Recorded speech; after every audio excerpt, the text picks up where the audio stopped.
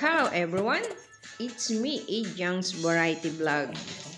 So, variety, iba-iba na lang yung ating ina-upload dito, no? Kasi, yun naman ay variety nga, sabi nga. Itong gagawin natin is, pinangunahan ko na yung aking mabait na amo. Siya ang dapat nagagawa nito. Magcha-Chinese New Year kasi, so mapapansin natin, maraming bulaklak sa daan o sa mga mall, sa mga bahay. So, ganun din po dito sa bahay. Actually, kahit na hindi Chinese New Year, mahilig talaga yung amo kong lalaki sa halaman.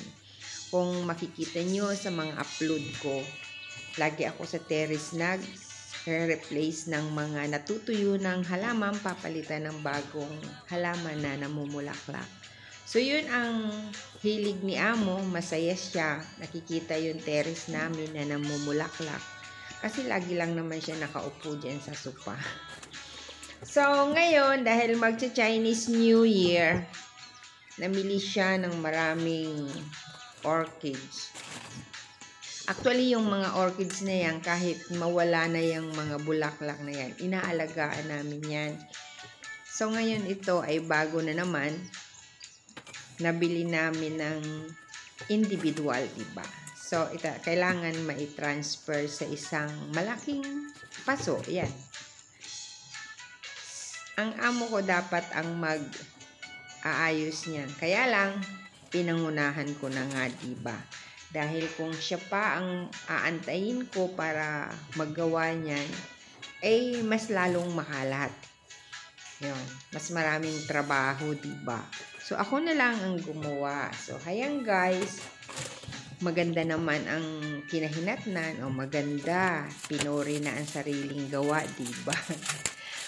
Sabihin na natin, maganda yung orchids. Yan. So, yung guys, kung hey pachoy, everyone, busy, gawa ng mga cake, radish cake, kung ano-anong cake, diba? Water chestnut cake. Ano pa? Tikoy. Yun. So, isa na din doon yung pagandahan ng bulaklak.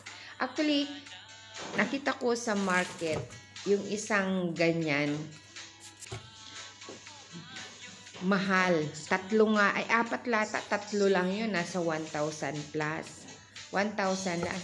Plus na yung included na yung paso na lalagyan katulad niya. So, tinanong ko yung amo kong lalaki, magkano bili mo ng isang orchids na yan? Sabi niya is 168. So, 168. Sabi ko, ang mahal naman. Nakita ko doon sa market. Sabi ko, gano'n, 4 lang yata yun or 3 is 1,000 plus. Sabi niya, I know. Kasi, binabayaran pa yung paso. Yun. Saka, mas nakakamura kung bibili doon sa mga bilihan talaga ng mga bulaklak. So, nakamura sila. Kaya, mahilig silang bumili ng ganyan. Kami na ang mag-aayos. So, nakatipid sila. Ang dami ko ng sat-sat, ano. So, yun lang, guys. Happy New Year everyone. Ang ingat po tayong lagi. Masaya ang New Year nila dahil taglamig, malamig.